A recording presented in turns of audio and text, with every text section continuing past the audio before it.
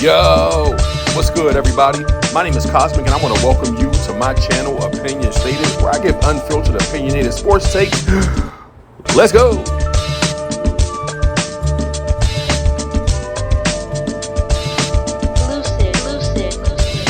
Yo, what's good, everybody? My name is Cosmic, and I want to welcome you back to my channel, Opinion Stated. Very fun episode for today. But before we jump into it, I want to encourage you, if you haven't already, do me a huge favor, smash that like button. Also, subscribe to the channel. And if you haven't done so already, click that notification bell just to be notified as to when my newest videos are uploaded. Today, I have a very fun episode, just really quickly and brief, actually. I'm going to entitle today's episode, Team USA's one win away from bringing home gold. Now, I've done literally, I think I did this may be my third video about Team USA, but I did two prior to this one where I just wanted to give some historical context, for the gold and to talk about the gold standard. So I called that episode, Can USA Basketball Uphold the Gold Standard? And in that particular video, which I encourage you to go back and watch if you haven't, I just kind of detailed the history of the Olympics and USA basketball in the Olympics and how we dominated 7 straight Olympics from inception through the 70s, and then kind of what happened, up through that point into 92 and then beyond. So just for a quick history lesson of the Olympics, if you guys don't or are not familiar with the dominance that the U.S. has displayed over the years in the Olympics, you definitely want to check out that video. But just to give you a bit of context, I want to quickly recap just some of my comments or just, some of my insights from that particular video. Let's take a look. Team USA's narrow win over South Sudan shows Olympic favorites can't coast to gold. For the Dream Team to be demolished in this competition at a margin of victory of 43.8 points a game, they literally were just coasting. It just seemed like they were coasting through. Not that they weren't playing hard. Of course, they were playing hard on offense and defense, but it was easy for, it was easy for them. It was easy. They made it look easy. They made it look real easy. And thus it was easy. But this team can't necessarily afford to coast to gold. Us made up of a lot of very talented individuals, they cannot coast.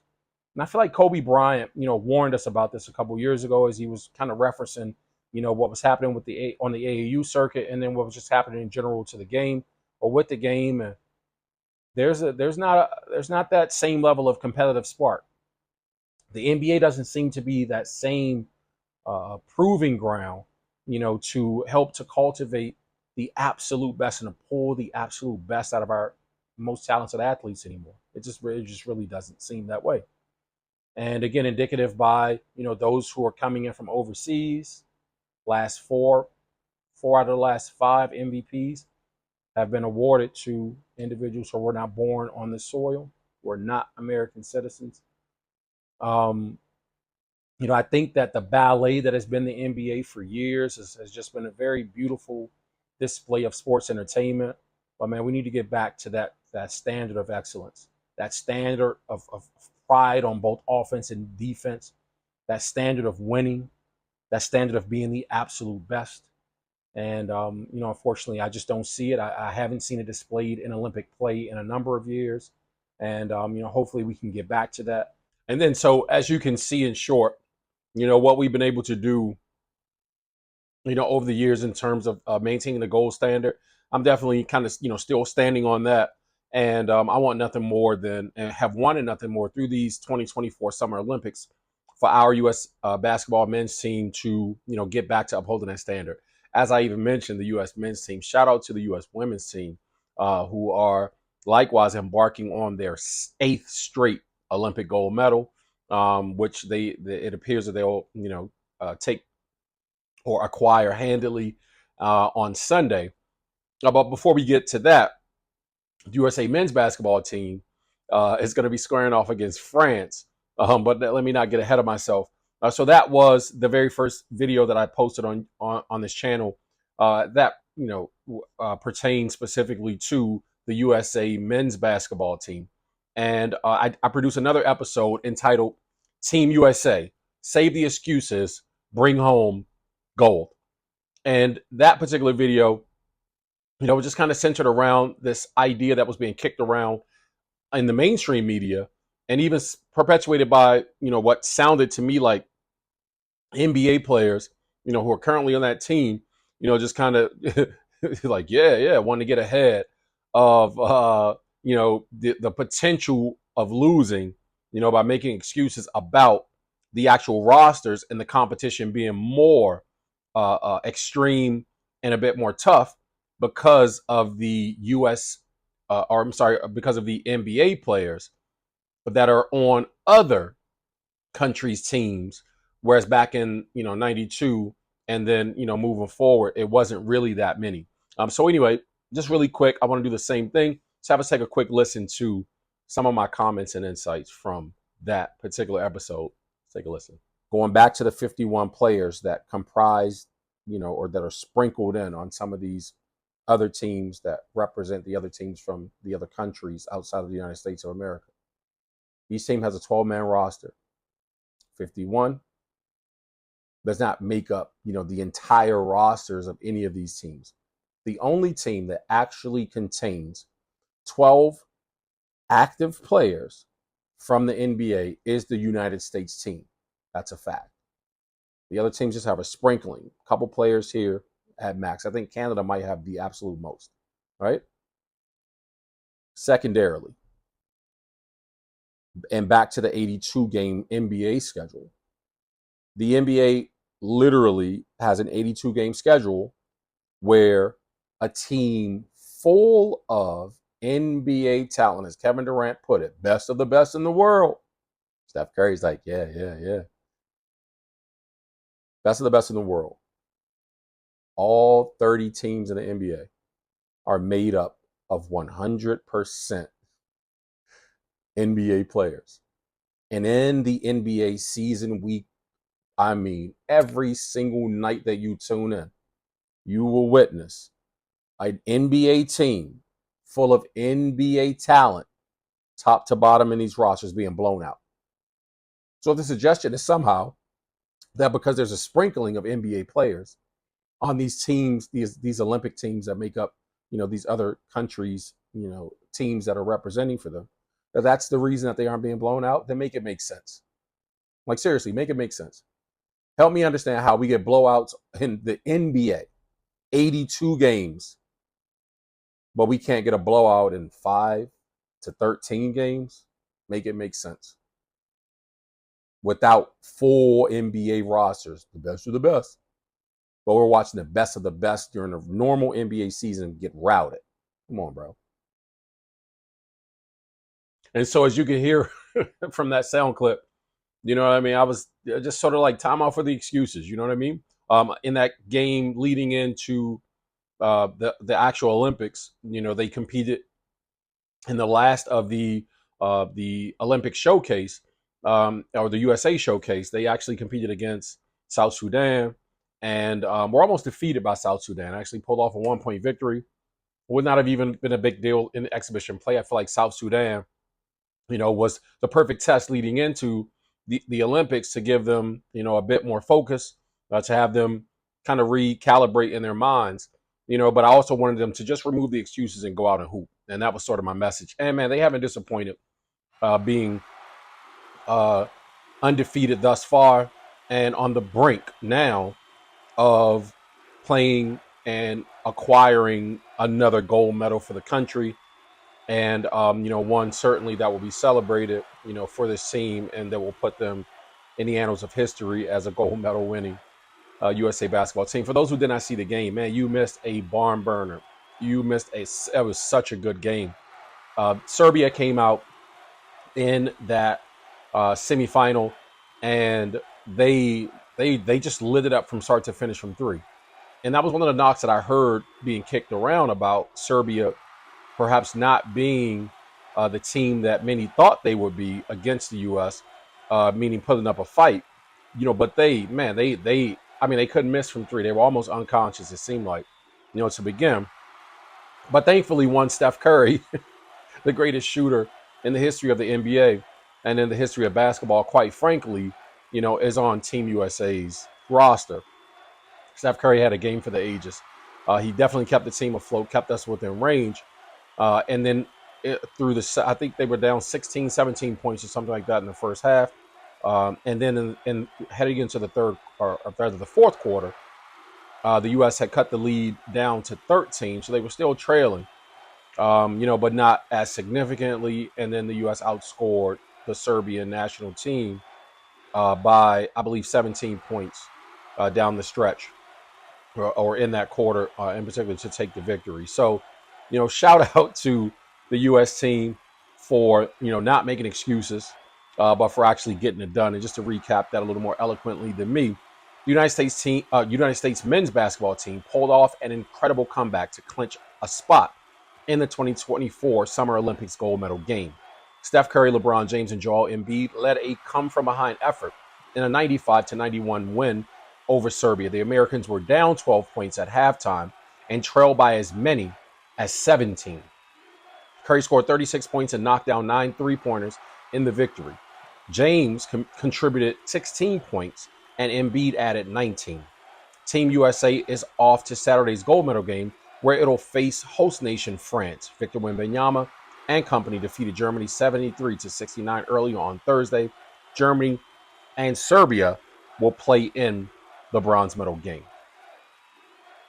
So again, I mean, it was just an incredible game top to bottom.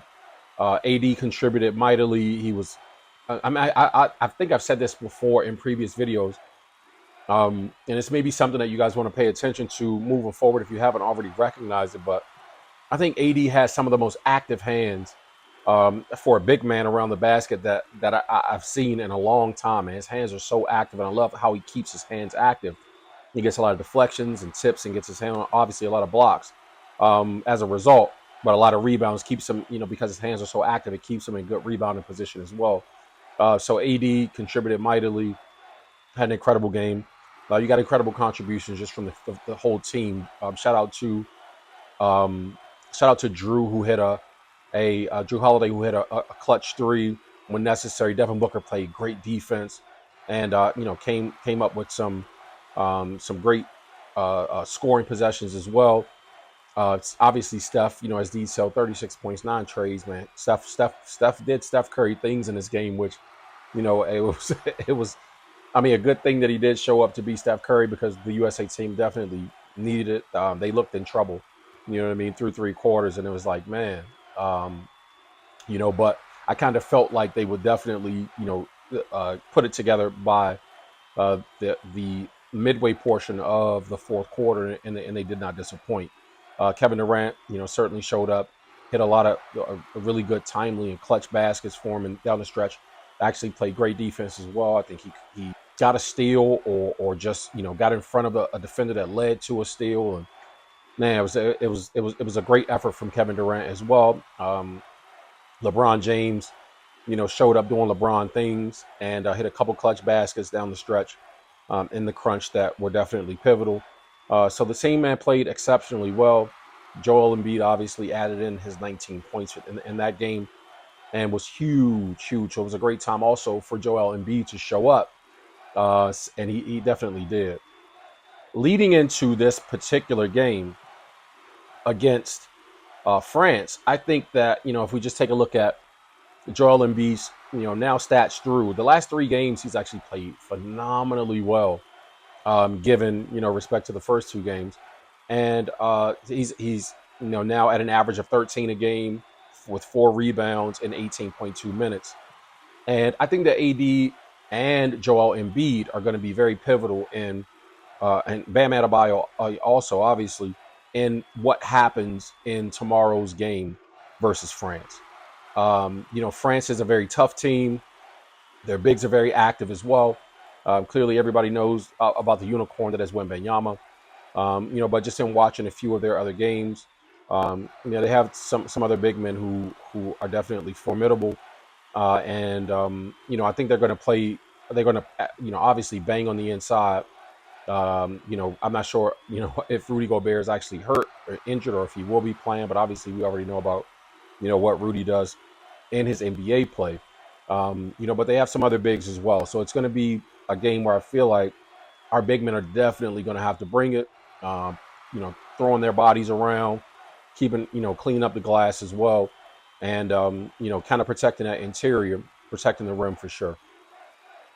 So this particular team, I'd say, as we take a look at this 2024 USA men's basketball team, in my opinion, what we're about to witness tomorrow will not only be historical because the U.S. will secure a gold medal, but in my opinion, it's going to be the first actual game of this 2024 Summer Olympics that we see the U.S. team show up and be what we thought they would be. I'm predicting tomorrow that they come out from start to finish, from tip to the final buzzer, and dominate this game. I think that loss or near loss against Serbia was a wake-up call. I don't think they're going to come and play with their food tomorrow. If I was a betting man, I'd actually take the spread. And I think it's somewhere like 16 and a half points or something like that. I don't think that the game will even be close.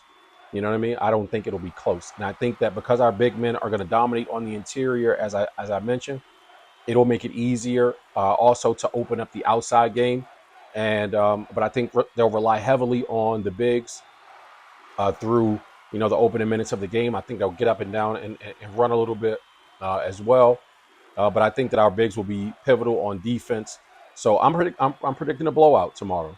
I think that they're really going to come out and play with some pride, more than they've played with so far. I think they're going to come out and they have a point to prove, not only to themselves but also to the rest of the world.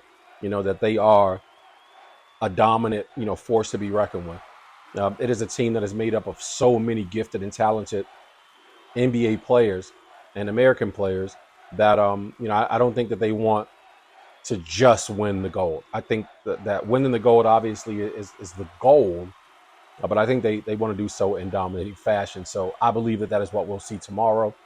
Um, Shout out to, once again, the USA men's basketball team in pursuit of gold in the gold medal game on Saturday. Shout out to the women's national team as well in pursuit of gold medal number 8, Diana Taurasi, um,